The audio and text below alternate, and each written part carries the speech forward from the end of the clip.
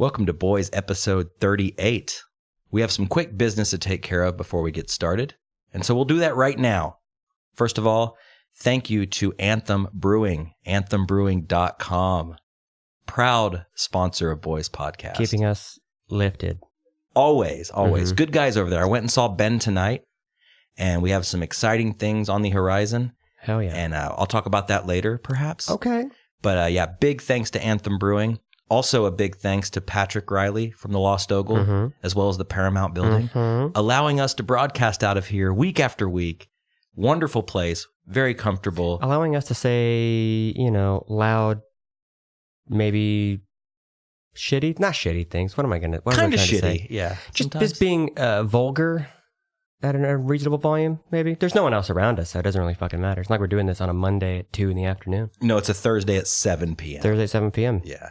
And last but not least, fatbison.com, makers of high-quality, hand-carved wood signs. Real good shit. Great gifts for Dad. We have one hanging right behind us here. Beautiful piece of art. I think 89th Street needs one. A big one, like a huge, multi-million-dollar piece. Like a big one to hang. And so, okay, without further ado, we're going to get to our guest, Nick Hampson, owner of 89th Street Collective, boyspodcast.com.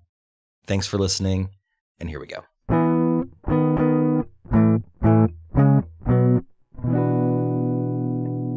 Nick, how you doing, man? That was so organic, wasn't it? That felt so great. This is starting off weird, man. I'm sorry, Nick. Yeah. How you doing, man? Pretty good. Did you make it all right? You find the place all right? Yeah. Awesome. Well, Josh reached out to you to be on the show, and I thought that you might have a really interesting kind of story as far as 89th Street, how you got involved with that. And I'm really curious to talk to you about that, to kind of get the story of how that, I don't want to say, well, let's start it off. Did it change ownership, or how did you come to be the owner of 89th Street? Is that a bad thing? You winced real hard. Yeah. Is that I'll give you the short and sweet version. Yeah. And then off air, we can talk about the rest of it. Cool. Basically, I was just running sound there. Okay. I ran sound there for a few years, got into booking shows, and the owners decided to retire. Right. So yeah, from there I took over and started my own thing. So was it like a passing of the torch? Because you've done a lot since you've taken over. Yeah. The place looks very different. Dare I say? It looks like a venue. It looks like a venue. It looks a little more clean. You can poop there now. Yeah, you can poop there if you. I still dare not. But well, it's a cramped space. Yeah. But I never poop at shows. I poop at every show. Really? Oh, I make a point to shit. Well, like at any show. I've said this thousands of times. Kane's Ballroom has the largest fucking bathroom I've ever seen. Yeah, it's like a fucking airport bathroom. And I will not shit in there either. Really? I just can't. I can't shit at shows. Well, it's funny because for the longest time, there were two places that were like the running joke with me and my friends. Never shit at the High-Low. Ever. And never shit at the conservatory. Yeah. Mm-hmm. Those were the two biggies. Like, I'll shit at the Blue Note. I'll shit at the Opolis. I'll shit at Cookies. Maybe. Well, there's no door at Cookies. Yeah. I like that. I like prison-style shitting. Yeah. I like the brick divider. That anytime somebody just come by and just shiv me in the fucking side. I never got that. Like, the bathroom that just has the brick wall that comes out and no door. It's like, if somebody walks by, they see all your business. That's how it is at the new VZDs, too. No. Mm-hmm. There's no doors? I don't think so. I think it's just a wall, like a half wall, and it's just covering, they can see your knees. What pissed me off is like places like the conservatory back in the day. It's like you always had the punk rocker or the funny guy or the drunk or whatever that would go in and piss on the toilet paper. Yep. Why? What would... It's funny, man. I mean... There's no rhyme or reason to the shit people do there. Like, I've learned to just accept. Does that still happen, though, frequently? Well, I've replaced it it with, like, commercial toilet paper holders, so cutters, they're like covered and stuff. So the carousel? Yeah. Okay. So you can't just like piss on it anymore. It's not just like sitting there on its own free will. Yeah. And there's actually a toilet seat on there. That's cool too. I've tried to make it as idiot proof as possible. Yeah. But piss will find a way. Yeah. I just don't get, like, I'm all for like punk rock ethics and like, that kind of like seediness that comes with venues and bars. but to ruin everyone's night by peeing on the toilet paper. Some people have IBS. Sure. Some people ate a lot of Mexican food for dinner. Some people, it happens. Here's a question for you, Nick, right off the bat. I've heard that, there's always a stigma with like men's restrooms, but I've heard that the girls' restroom can get kind of janky as well. I'd say by far, at least in my experience, the girls are dirtier. Really? Weird. Dude. I think because dudes are just kind of in and out, and girls kind of linger maybe Oh, yeah. a little bit longer. That's And insane. they go in like groups. So you're getting like group shits or group pisses, and it's just stuff everywhere. Their cocaine goes everywhere. Wait, people do coke in bathrooms? Oh, yeah. What? Okay. Weird. News to you? Yeah. Oh my Yeah. gosh. It's a whole new That's whole new baffling. possibility. Yeah. You can find it at the high-low. So did you play music before you got into booking shows? or That's what anything? I was wondering. I don't really know much of your backstory. No, I've only been in one band ever, and it was in middle school, and I don't really want to talk about it. All right. Moving on. They were a Creed cover band. They were called What's This Life For? Heavily influenced by Census Fail, so that's Really? why I don't want to talk about it. Why not talk about that band? Well, because it was bad. I It's think okay. we've all had those bad middle Yeah, school I You're don't- in good company, Nick. Yeah. I've just always been really into music. Yeah, I really always been into music. And then I had a few friends who were running live sound for festivals and stuff, and I kind of got in with them, just moving speakers around and being a stagehand or whatever, and then it just kind of went from there. But yeah, I've just always really liked music. So what's it like, man? Like, tell me, like, I've never been on that side of, I've never booked a show. I mean, I might have like helped book a show, but I've never like taken like sole responsibility. Now you have like, I mean, you're the man, like you have to pay the bills. You have to make sure the lights are on. You have to make sure like if a speaker is blown, you have to change it. You have to make sure like it's a comfortable environment for people to come see music night after night. Yeah. And it's funny because growing up, with the Green Door and Conservatory and all those things, like I kind of took it for granted. Mm-hmm. And there's that whole like if you don't use it, you lose it. And I feel like it's very true with venues. Yep. And I'm just curious because there were nights where I'd go to Conservatory or have played there and there were like 5 people there or like just the other bands there. Yeah. And I know that happens. That's just part of the game. Yeah, it does. But like tell me how it is now that you've taken over and like what goes into the day to day at 89th Street? God. Basically, I wake up and sit in my underwear and do emails. Sounds pretty rad so far. Yeah. Yeah, I'm in. It's not. I mean, it's not all fun and games though. I try to take everything day to day because there's a lot. Because I mean, I'm the only owner, I'm the manager as well. I do all the booking. I do all the bar stuff, all that. That was all another that question I stuff. had. Like, I didn't know if this was like there were multiple heads to this, or if like you're just like the hub of everything. Unfortunately, it's just me. But yeah, there's a lot that goes into it, and I mean, I'll wake up and book shows, and then kind of from there, I'll just think to myself, is there anything I need to do today? Fix the toilet paper cover, Right. What? I don't know. There's so many moving parts. It's kind of hard to keep up. So I just have to take it one day at a time. Yeah. Definitely. What do you think about that area? Because when I was younger and being from like a smaller town, Yeah. I was like kind of afraid sometimes to like be out front. Yeah, it's really not. People are going to think I'm just saying this because, I own a building there now. Right. But it's really not that bad. It looks bad. You pass under the bridge on Western, you were in Nichols Hills, it's really nice. Mm-hmm. And then you go under the bridge and it's just kind of like, it's really a dead area. There's an apartment complex across the street, a couple blocks down. But other than that, it's pretty dead. Yeah. We really don't have issues. I mean, we had one guy that we had an issue with for a while, but he's gone now. But yeah, we've never had anyone, try to break in or, you got like a pretty good security staff that comes in too. Yeah, so. yeah. But yeah, I mean, they did not have that back then though. Yeah, I understand for a person that's, from a small town to come in or, whatever, and just be like, whoa, there's nothing around here. It's Right. like, yeah. It's one of those things. It was talked about on a Facebook post a while back. Like, why do people? What's the big deal with not going or with going there? And one of my things was the location, but it's really not the location because, like you said, it's Nichols Hills is right there. Like you can.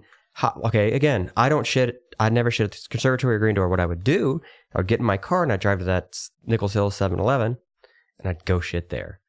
And so that's like you're that close. There's a Whole Foods like a mile and a half away. Yeah. So it's really not that far. It's just that there's nothing else around it. So you can't like leave the show and then go bar hop somewhere. Like you have to get in your car or Uber and go somewhere. But that's the thing now with Uber. Fuck, you know what I mean? I'm not going to Uber to shit though. Like if I'm at a venue and I got to shit, I'm going to shit there. I mean, like if you're going to a show at 89th Street and you want to have some beverages. Okay. You could just Uber there now. Well, of course, yeah. And then just Uber to leave. So you don't have to worry about like being drunk or you don't have to worry about like driving in that area. All you have to worry about is yourself inside of that building and that's it. Maybe I'm a scumbag, but the last thing I would ever think about back in the day was like, how am I going to get there and get back? Like, I would just go. Yeah, there were several times that I probably should not have done that. Yeah, and I'm not bragging. That's not a cool thing to talk about. Right. But I mean, well, and now like you were saying earlier, the like going out front to smoke is what you used to have to do. Nick here built a fucking cool smoking area in the back. I was at that area. The first time I saw that area was at the Get Up Kids show there. Yeah, and is it encased now? Okay, it's just the fence around there. Yeah. But I was like, man, okay, this is nice. Like you can go out and you're kind of. There's something about being fenced in a little bit. Yeah. Like you're around your people. Right. It reminded me of outside of the Diamond Ballroom a little bit. The smoking area outside of Diamond or outside of Cane's, that little, like just that little area. Yeah. But it's enough space. I mean, people smoke, but it's not as much as it used to be in my opinion, I think. So you can get like comfortable space. Everyone goes in their own little corners and talk and just kind of go in and out. Yeah. But shut that fucking door when you go outside. That shit irks me. Yeah. Yeah, obviously, I mean, I worked there doing sound for, I don't even remember, 4 years maybe. And every show I'd work there and I'd just look at stuff and take mental notes of like, what to change? I need to fucking get rid of this. So yeah, I mean, as soon as I took over, it was just like balls to the wall. So when you do those kind of things, because like he said, like you push, well, first thing you moved the stage. What made you, was that like a group thing with like maybe Corey or like moving the stage to where it is now? Because I think it's a fucking dope idea. Yeah. It's something that we had talked about for a while. Because, we the first thing I did was I ripped out the old bar. Right. And pushed it back. Pushed it back a ton because there used to be a back area back there. Mm-hmm. Now you can see, because, you walk out that back door to go to the smoking area, but you can see the exterior wall now behind the bar. So yeah, pushed that back, built a new bar. And then from there, I think that really opened up our eyes to, I think that really opened up our eyes to like, we ripped out like just a little bit of a wall toward the stage area. And then we realized that we could move the stage to that south wall like we did, and it would work. Yeah. It makes it feel like I think before, because when the stage was set the other way, it's like you walk in like, where do the band's over there, and the sound kind of doesn't carry. Right. Because a lot of people like, sometimes I'll want to get down in front and like watch a band, but sometimes I just kind of want to sit by the bar and drink a beer and watch the band. Right. Where it was at that time, like the sound doesn't really carry well, but now the way it is, like it's just all coming at you. And I've played there twice now since you've done it that way, and I fucking, as a band, as a musician, I think it's set up fucking perfectly because you got that outdoor, just in and out. Yeah, and nice. In no way am I here to like talk shit on the way things used to be. Robbie's talking serious because shit. I went to many shows. Yeah. I mean, from Green Door to Conservatory. Since you took over, and it's the 89th Street Collective now. I've been to 5 or 6 shows there now. But I always thought it was weird that you walked in and had to make like a hard left and then another hard left to see the stage. Yeah, and it was, with packed shows, you can only fit so many people down in that area. Right. So, I mean, with sold out shows, the majority of the crowd was actually on the basically the side stage side. Yeah. Right. So there were beams and all kinds of shit, trash cans, and velvet ropes. And the way the speakers stacked up and everything, it was just. And bands have to put their shit on the side of it so that it left no room for people to stand. It wasn't really a good setup. Yeah, but now it's awesome. Yeah, it's been crazy. Well, I'm just really interested to ask, like, what are the big like trends right now? Like, what packs the place out more than others? Are there any surprises or anything that is it Christian shows? Christian shows actually don't. I mean, they do well, but they don't do as well as they used to. Metalcore is where it's at, man. Really? Yeah. Metalcore and deathcore and stuff like that. It's so interesting to me. Yeah. Maybe I'm a little older. I'm 35, about to be 36. Josh about to be 35 next week. Mm-hmm. But it's just so funny to see the sea change. Yeah. Because I remember going there back in the day, and a band like Trail of Dead would come through, and it was fucking packed. I booked them a couple years ago, and there was fucking no one there. I was one of the no one. I was one of the thank no you. ones there, We were one of the no one. Yeah. Little did we know that we'd be sitting here tonight. But yeah, I remember excited to see them because I've seen them many times. I used to live in Austin. They're from there. They played there a lot. I saw them at the Green Door. Green Door, not before it was downtown, but, and then, that night I was like looking around and I was like, there is literally fucking no one here. Yeah, I think there were like 50 people there.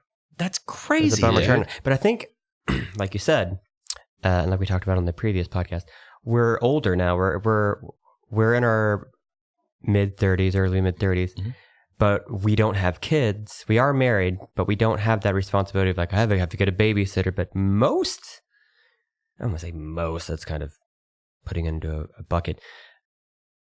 I'll say most. Most people our age have kids and they don't really get out much, or they're just they just don't do that and they don't go to shows anymore. Yeah, they just stopped prioritizing shows. Yeah, I mean, I don't prioritize shows, but when something like that pops up, I'm like, fuck I'm gonna go. Or the Get Up Kids show, like, I'm definitely gonna fucking go to that. It's got to be interesting though, Nick, to see like the different crowds and the different like fan bases, because I'm sure a Get Up Kids show is way different than, a young like metalcore show. Oh yeah, or like an easy core. And I don't even know if that's cool anymore. But that was cool. That was cool like a year ago or 2 years ago. I'm sure your beer sales show that as well. So like when older people are like, I'm going to sell more of this higher end beer than all the PBRs, and that shit's going to go for these metalcore guys. Yeah, that's funny. I think that's funny. Well, it's the same with merch. Like older bands that come through, like they have this like a T-shirt, a CD, a record. These metalcore bands will have, sometimes we'll have 6 band packages and the whole entire back wall is filled with shirts. And just top to bottom. And then they'll even have to put in another table on the side towards the box office. Is that what you recently posted about needing a rack? I'm toying with the idea of redoing the merch area, and I'm looking at a couple different options. Like have it be like a permanent merch spot? Yeah. I saw the saga of the rack on Facebook. I read all the comments. The saga of the rack. Daniel Gates from All Have Sinned. Yeah. He's in my D&D group. Love that guy. Cool. And I saw that it popped up on my feed because he posted on that, with the Facebook algorithms and everything. And I saw like the exchange going on. I was like, Nick's gonna be on our podcast next week. That's great. But that would be cool, man, to have like a kind of a designated like cage, like against the wall where people could just come and hang their shit up. Yeah. But then at the same time, it's kind of like up to the bands to like do that too. Yeah, I'm toying with a couple of different ideas, but basically I think we're going to get rid of, we are going to get rid of the fold up tables. I'm just going to build a standalone countertop that basically stretches the entire permanent length of that thing? wall. Yeah. Like a bar top kind of a thing? Yeah, basically.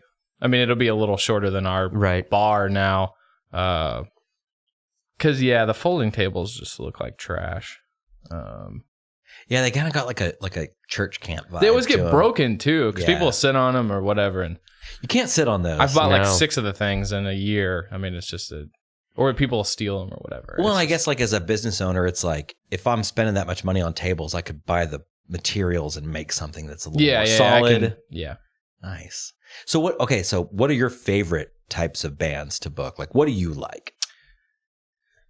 Like if it was a perfect, if it was a perfect world and you could just like, book whatever you wanted 7 nights a week, what would it be? It would all be, I like all different types of music. I don't really like metalcore, but paying the bills. Yeah, for sure. Honestly, that Get Up Kids show is amazing.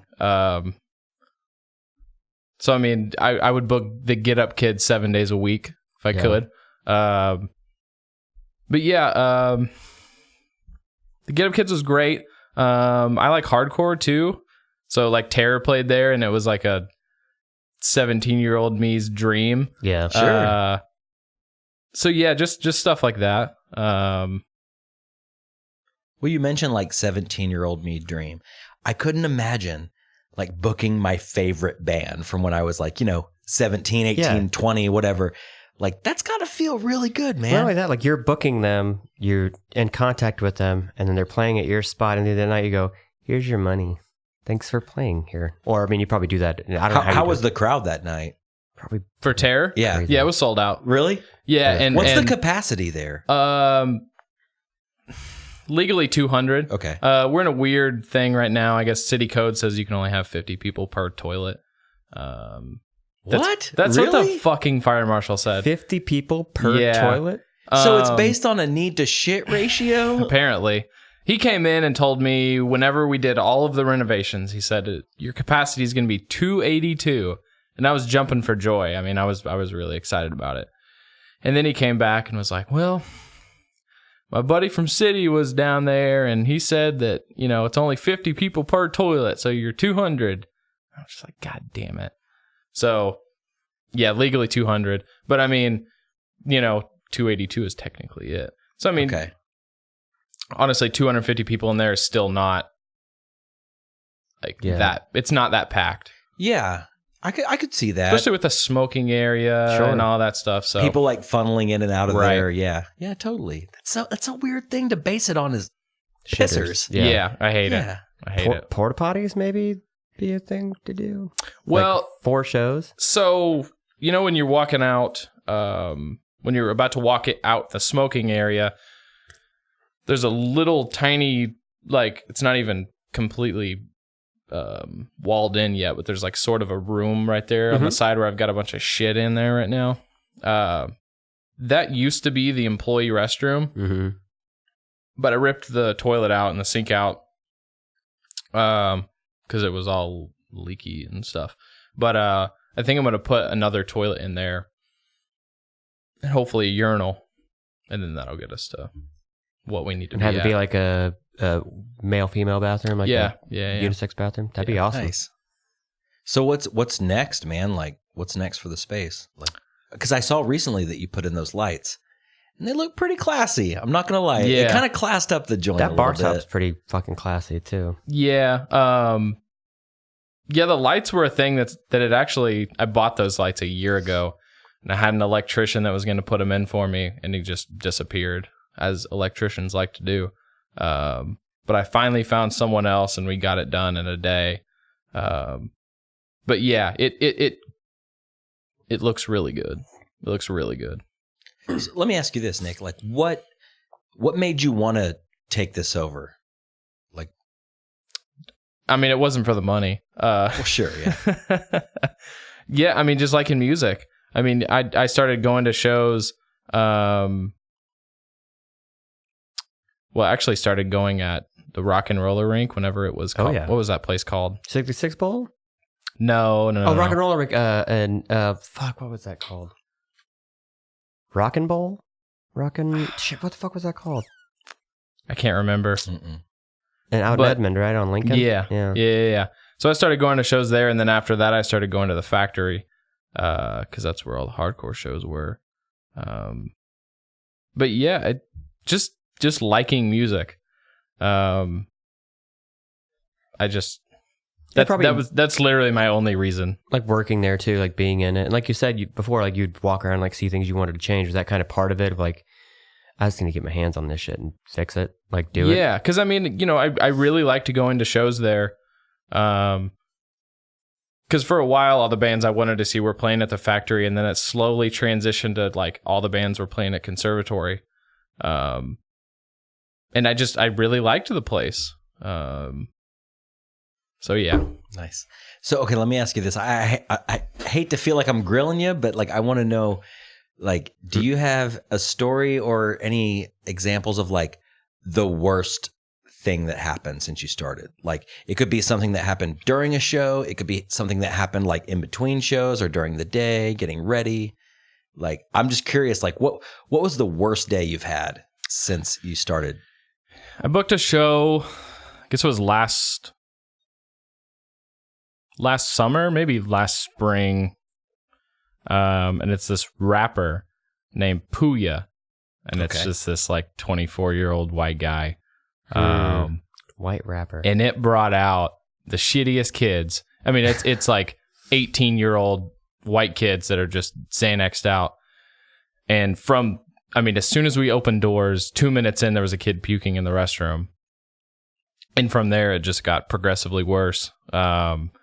We had to drag some kid out that his friend said he was on meth. And he was running out onto Western, like threatening that he was going to kill himself. He said, I'll kill myself. I don't care. If you won't let me back in, I'm going to get hit by a car. Jesus. Is that a liability as a club owner? I mean, if he runs out onto Western, no. Right. It's like, not in my parking lot. Yeah. Do it, please. But it was just like, damn. I mean, looking back, it's funny, and it was sort of funny at the moment, but it was Jesus. We did Fiddler there. I would assume you were there. I did not go to that show. I was supposed to go. Put too many people in there, and it was extremely sweaty, and the fire marshal showed up. We weren't like overcrowded or anything. He walked in and immediately was like, someone was mad waiting in line and called the fire marshal because we wouldn't sell any more tickets. Dang. And they showed up, and it was very stressful though. Just like, yeah, seeing that walk in and being like, oh shit, this is gonna get shut down. Was that your first experience of having a fire marshal show up? Yeah. Have you had it happen since then? Mm-mm. Well, there you go. And I mean, right. I can never remember it happening when I worked at conservatory or anything like that. I mean, it's a pretty rare thing. Like, you basically have to, someone has to call them and be like, I think they're overcrowded. I've seen like cops show up to shows, and like check IDs and stuff, but I've never really seen a fire marshal come in. Yeah, the cops sort of know what to expect around there now. Like, if we have to call the cops on someone that's being a dick, like I won't call the cops unless it's a serious ordeal. Right. But I mean, they just, like that kid that was running out in the street. They just pick them up and drive away. They don't. And party on. They sort of know. I mean, obviously there's been shows going on there for a long time, so they're pretty aware. Well, that was another question I had. Like, if the cops do come, like, they know this is a venue. Yeah. They know that like punk bands are playing there. There's like noise bands playing. There's rappers. There's all kinds of things. Like, they kind of understand what they're getting into. Like, if somebody's like smoking pot or something outside, out of sight, out of mind. Well, at that Fiddler show, they caught a couple kids that were smoking pot, like not even in the back parking lot. I don't even know how they found them, but they were like, there's a shed back there that's the landscaping business next to us. Okay, and they were way back in the trees back in there, and somehow they found them and called their parents and all that stuff. But, yeah. Getting caught smoking weed. I would be lying if I said I never smoked pot at the conservatory. Sure. Outside, far out of sight, out of mind. I'm a fan of marijuana. I smoke it from time to time. I've always been too big of a pussy to do it in a parking lot or at a show. Now, I have drank in the parking lot of conservatory and Green Door several times. Just as bad. Should be ashamed. Just as bad. I'd rather you smoke weed. Well, here's the thing, though. You smoke some pot. You got to come in and have a drink. I did say 89th Street Collective because I would never do that. Right. Yeah. Fucking liar. Liar. Well, it was a Maddie, me, and Jake thing. It was Maddie's idea. He got a big gulp, dumped out half the Coke, put whiskey in it, and then Jake had a big gulp and put Night Train in it. And it's like before the doors are opening, so we're like sipping on it and hanging out. And the security guy's like, "You got to dump that out." Like, okay, dump it out, go inside, we go buy beers, go buy whiskey sours, hang out. I'm 34, I'm not doing that shit now, but when you're 22, you'll do dumb shit. So Nick, okay, what's the best time you had at the 89th Street? Like, what's the night? What's like the defining night where you were like, man, I'm so fucking glad I did this? Honestly, I don't know if I can answer that question. Because I get so like, I don't pay attention to most shows, honestly. So it's really hard to say.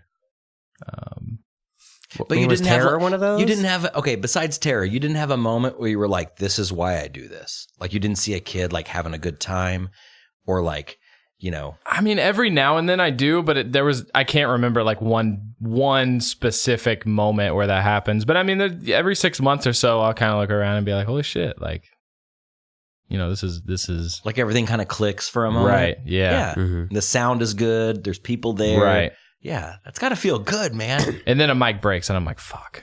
There's $200. See, that's the thing. You're a younger guy. What are you? 23? 24. 24. Oh my God. You're 24, and feel you're so old. You were living my dream when I was like 13 to like 24. Like you're doing it. Like you have it. For me, like every day would be that. I know there's the realities of, oh, someone did an upper decker in the toilet. I got to take that shit out and fix it. Never happened. No upper deckers? This is not a dare to anyone listening, by the way. Never happened, though. We used to get that a lot at Speakeasy. Like more than one Really? occasion. Yeah. See, that's one person doing that multiple times. Yeah. That's a serial Like, yeah. serial upper decker. Yeah. There's one sad person that's like fucked up in the head. to shit in the water tank. Twice. And then people shit in urinals and stuff too. Yeah. I don't know. I don't know what it is. That's why they should put cameras in the bathrooms. No? That's kind of going Well, overboard. Yeah, all right. Whatever. Yeah. That's all. So what are your thoughts on Trump is what I want to know. Oh, geez. Joking. Get I'm political? joking. Yeah, no. Before we get political, Sure. can we take a quick break? Sure. Be right back.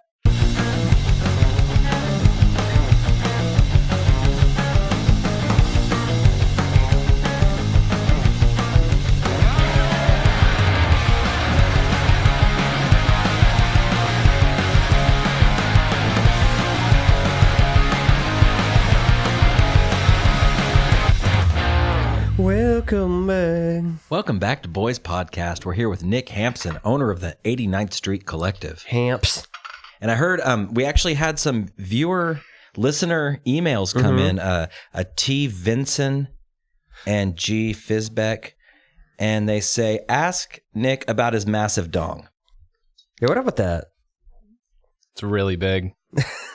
Is it wide or long? Is this live right now? Yeah, We're on. well, not live, but we're recording. So, So, but how did they hear what?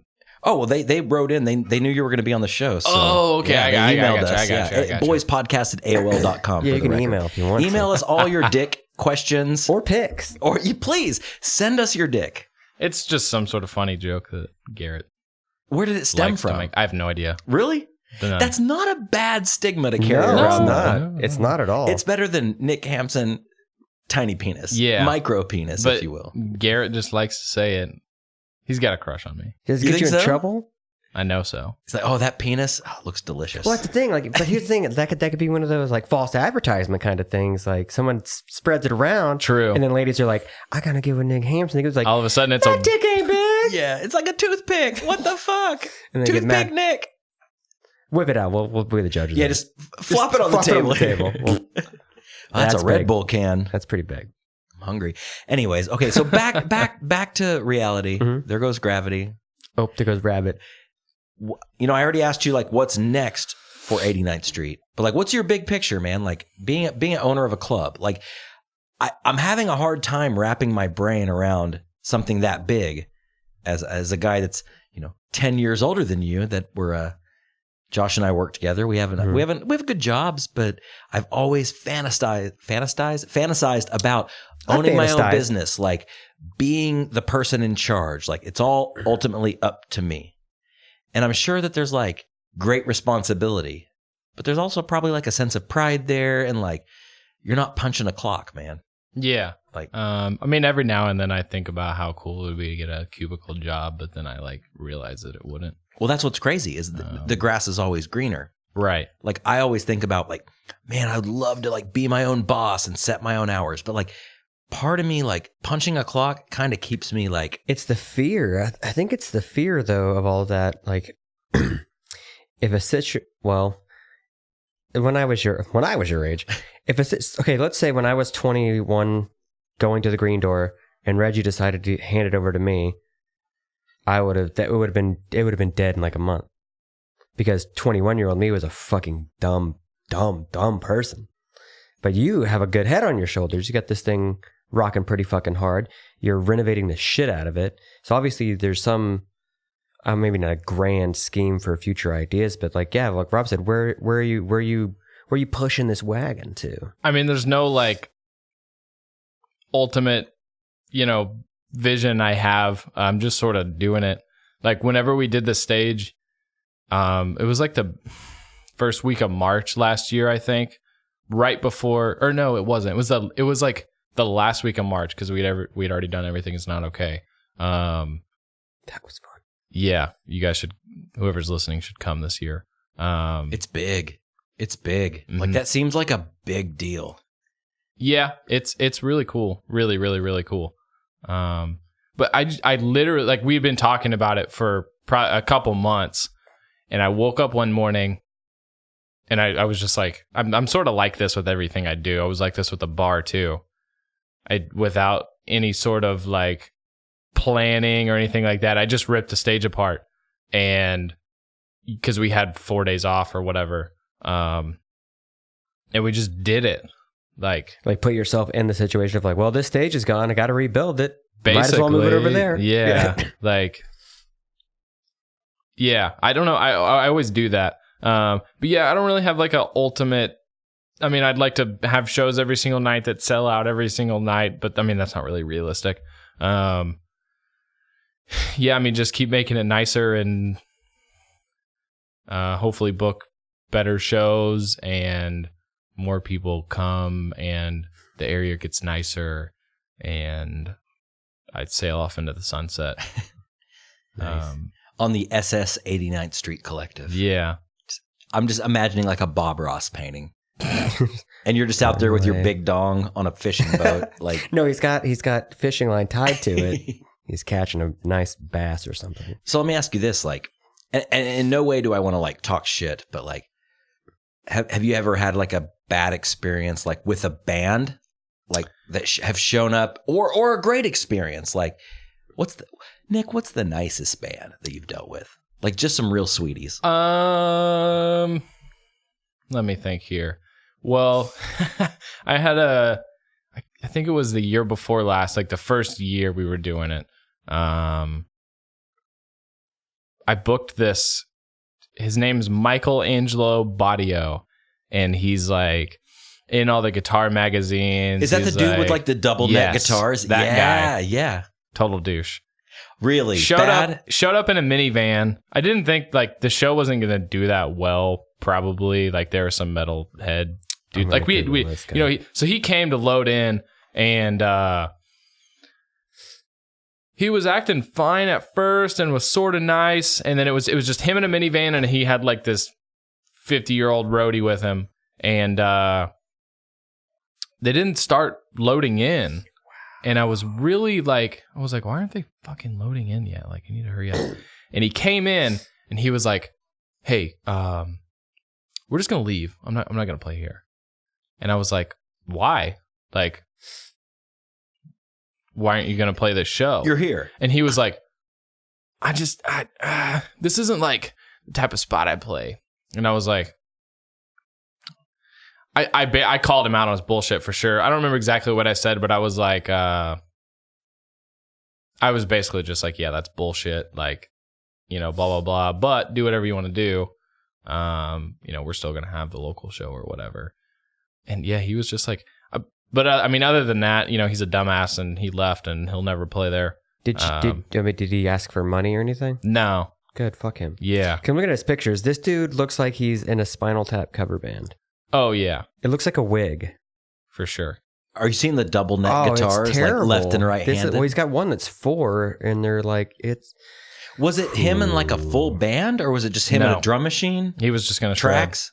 Over like tracks or something? Yeah. That would have been cringy. Okay, best band. Like, give me, I need to know, like, who are some sweeties that you would think like you get a lot of like punk bands and like stoner bands come through, like who are just like the nicest, like most welcoming people?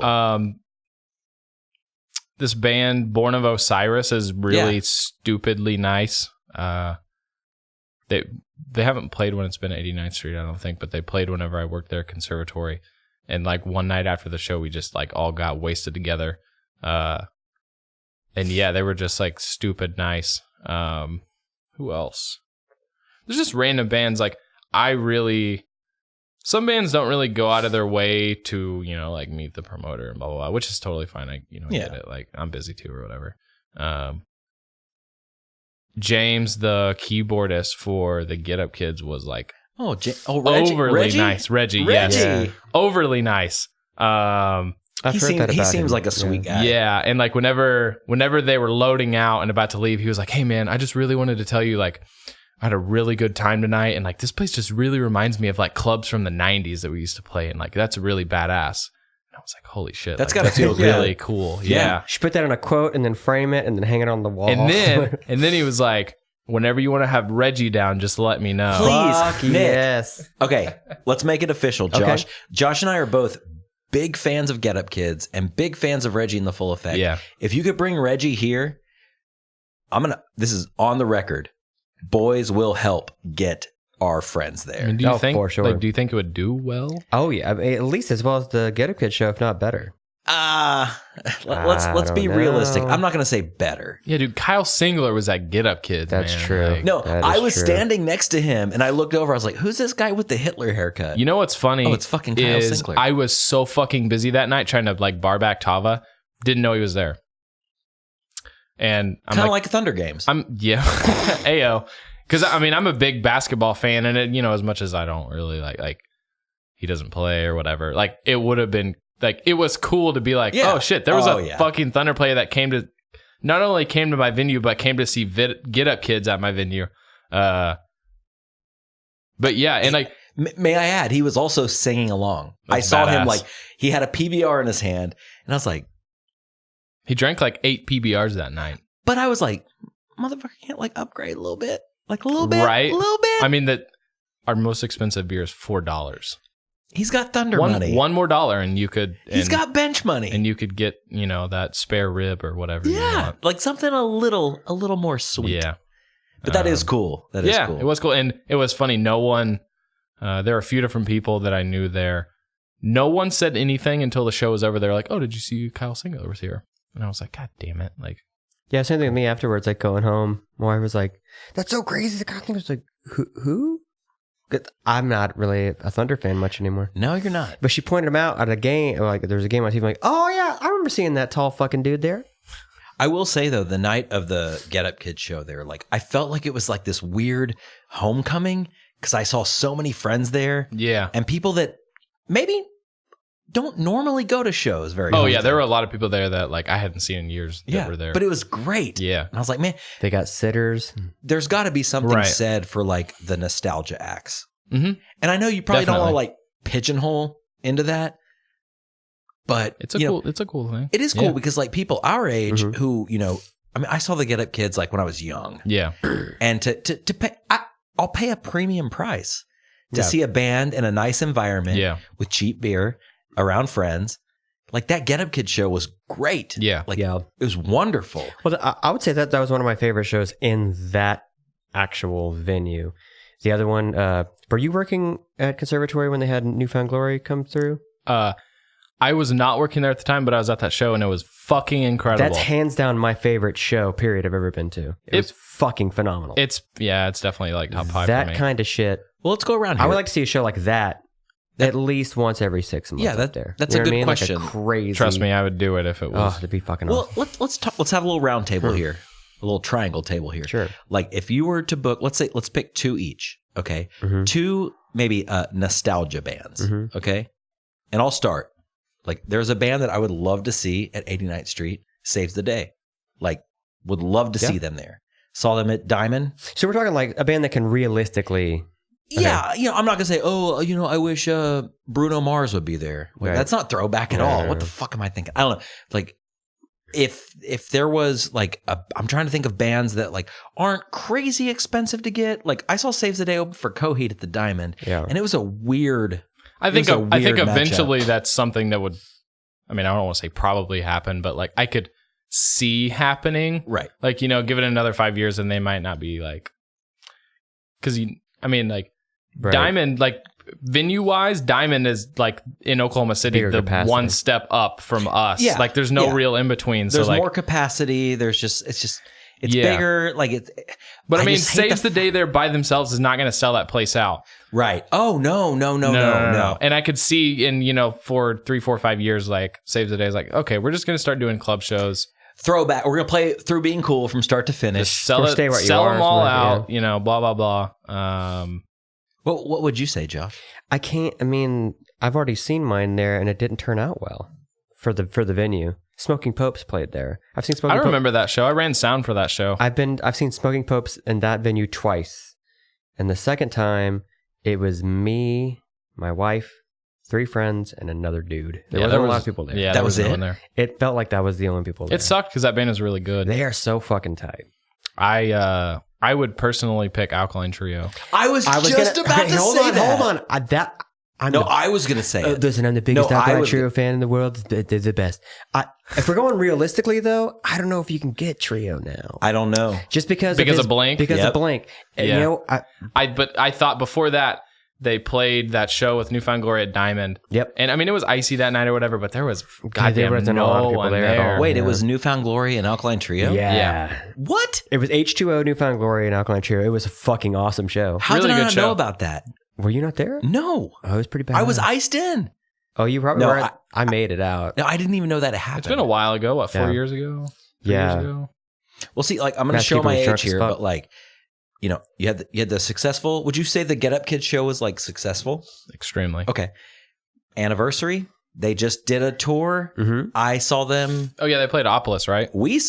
They did, but Josh and I saw them in Lawrence, where they're Hometown. from. Hometown show. And man, big show. Dude, It was crazy. it was. We went up there to. We did a podcast with Aaron Pando. Shout out Pando, and saw the anniversary at the Bottleneck. Mm-hmm. Which is smaller than Conservatory. I Or saw 89th Street. I saw Reggie there in like 2000, and it was fucking awesome. Still awesome. Anniversary killed it there. Big crowd, home crowd. I Yeah. get it, but I was wondering, like, they played the Opolis here. I don't know how the turnout was in Oklahoma. Opolis is pretty fucking small too. Oh, it's like, What's their capacity? Like 100? it's not more than 100. Like 75 probably. It's pretty small. I do love that. Were you Like, there? Were either of you there? I didn't No, get because we Okay. just saw him like a week before. Yeah. like in this hometown I amazing didn't hear show. about it selling out, so I mean, I don't know. Which So that could be one. I do. I love the Opolis, and it's funny because like I wanted to ask you about that as well. Like I know they're like competition, but not really. Not really. It's a different scene. I mean, every now and then, like I'll get offered shows that end up going there, or I'm sure they get offered shows that end up coming to me, but it's not really. How does that work? It's Is not that like is that like direct on a competition. like a what's the word am I looking for? Most bands have booking agents, and I work with a lot of No, I the mean, same booking agents. There's a word I'm looking for and I can't fucking. Is it a bidding system? Is it that's what it's like? Oh, They like kind of like shop it out to different venues. not necessarily. So I mean that plays into it, but there's more than just that. I mean I couldn't tell you for sure because I'm not a booking agent. But it's just sort of like where they want to play, Right. and are they offering enough money? Blah blah blah. Basically like central the Oklahoma City metro area, which Yeah. I guess Norman kind of fits into that in a way. Well, let me ask you this, Yeah. Nick. Like, okay, so as a club owner, like I'm curious, like, there are nights where you're very successful, and it's just like, whoa, we just made the fucking month tonight. Yeah. And then there's nights that are like, oh, we lost. I mean, would that be safe to say? Yeah, every now. I mean, like when I was working at Conservatory doing sound, there were so many nights where there were seriously one person there, like one person paid. And I mean, I told myself like I would rather not have a show than have a show like this. Mm-hmm. So I mean, I feel like I've done my best to weed all those out. Mhm. You know, there's always shows. Josh can remember the Atari show earlier this year. Where the guy was wearing flip flops Woof. with khaki cargo Yeah. pants. Yeah, and there was, I mean, no one there. I don't think we did 30 or 40 paid or whatever. And I thought it would do better, but it didn't. Me too. I was stoked to play that show, but it didn't. My question is, like, I'm curious as to how this works. Like, you know, there are nights where you guys like kick ass and make a bunch of money. Yeah. Everybody's happy. Then there's nights where a few people show up. Mm-hmm. Like, as a club owner, like, do you factor all that in together? Like, do you take the hits with the gains? It's, Like, how does that work? yeah, I mean, you just sort of have to. Budgeting. Yeah. It happens. I mean, especially in a market like this, it happens. But, you know, we've been lucky enough that we have more wins than losses. So, yeah, but sometimes this market kind of bums me out. Yeah. Because I could just imagine. feel like people don't give a shit. I don't think it's like what I said. I don't think it's people don't give a shit. I think people don't give a shit in a different way. In a way of like, Right. I got kids or I got this and this. Like people, they've lost. We used to go to the Green Door all the fucking time, and it was people were just always at shows. You always went to fucking shows, and now it seems like people do like house shows, or they'll play like The Shop or these weird little DIY spaces, and that's fine. And that's all cool. But it's because not enough people show up. You Exactly. know? So you can't. But if they brought it to your venue, it'd be like, okay, there's 30 of you here, and only 10 of you are drinking age, Right. and you're all broke. So I made $50. Cool. yeah, right. Great. So is that worth keeping the lights on? No. However, or you could book the Ataris and be like, people love the Ataris. They'll come out. And then Right. Chris Rowe comes out wearing a hoodie and fucking cargo shorts, and no one's there. So you're saying Alkaline Trio in 2017? Man. Put it down in ink. I would be the very, crossword. very, very, very, very, very, very, very, very stoked. Like that would be that show where I would look up and be like, It's okay. So let's say 280 capacity. all worth it. In order to pay them to get here and make any kind of money, you'd have to sell tickets for like $40. Right? No. No. You don't think so? $20. Like yeah, I think we 18, can get away with. I think we can get away 20? with 20, 25. Yeah. Yeah. I'd pay $25 to see Well, them there. yeah, for sure. Oh, Yeah. I mean, it would. Yeah. Just to know that Matsky would have to be hanging out somewhere around there. So you could like suck his dick. Oh, yeah. Yeah. Hey, Matt, show me the dick. Finally. It would be. Yeah, I think like. Yeah, $25. We easy. should do that. Yeah. We should get on that. It's just What, boys should get on that? Like we should get up there and like talk into a microphone. We should introduce it. the blink thing is the thing that worries me. I know that's now. the big. Or is that hurting the trio? I don't know because I also saw them at Cane's whenever who did they play with? Oh, it's Alkaline Trio and Off with Their Heads. Yeah, I was. At I that was show. there. I've Not seen- a great turnout. I've seen every trio show they've ever played in Oklahoma. We went to one in Tulsa at the Hive, Oh god. and there was yeah. no one fucking there. Long time ago, I'd assume. And it was like 2007. Oh, really? There were people there, Not but a it wasn't lot. like up to snuff, Like It was. it was good for like to be a fan to see that. It was good, Yeah. but like as a business owner, it was yeah. like, Oh, the venue was fucking terrible. They had a bar, but the bar only had It was Bud an Light old- and Bud Light Lime, and that's it. and it I was mean, an- we're barely any better than that. Yeah, but for Alkaline Trio, come on, dude. You get more Bud Light Lime. it was like an old food line. Like it was like It was panel old food line. ceilings, Oh, like yeah. track lighting. It was real bad. But I mean, you could bring it up nice at the collective. Yeah. I think it'd be great. All right, I think it's probably a good time to end this, man. We turn into pumpkins. We might be. It's 8:06 Oh p.m. Jesus! Yeah. It is. Okay. All right. All right, Nick. Thank you so much for coming on. Thanks for Yeah, being here, appreciate man. you. And- Appreciate you having me on. Seriously, like 89th Street Collective, one of the last bastions of venues here in Oklahoma that isn't like some hipster bar. That's true. Yeah. I'm not trying to hate, but if you want to go to a show and get like the show experience, Yeah. man, like I would love to get into like memories that I've had in that location, Yeah. whether it's like now or like previous incarnations of there. But I had a lot of good times there. Oh yeah. Graced the stage a few times myself. I know you did too. Oh yeah. Still do. Probably will soon. I never will again. Yeah, you will. No, never. Hopefully people keep coming to shows and local bands will start trying to play shows there instead of bars. Well, let me ask you this. Like, this will come out like a week from today, actually. So on the 19th, Mm-hmm.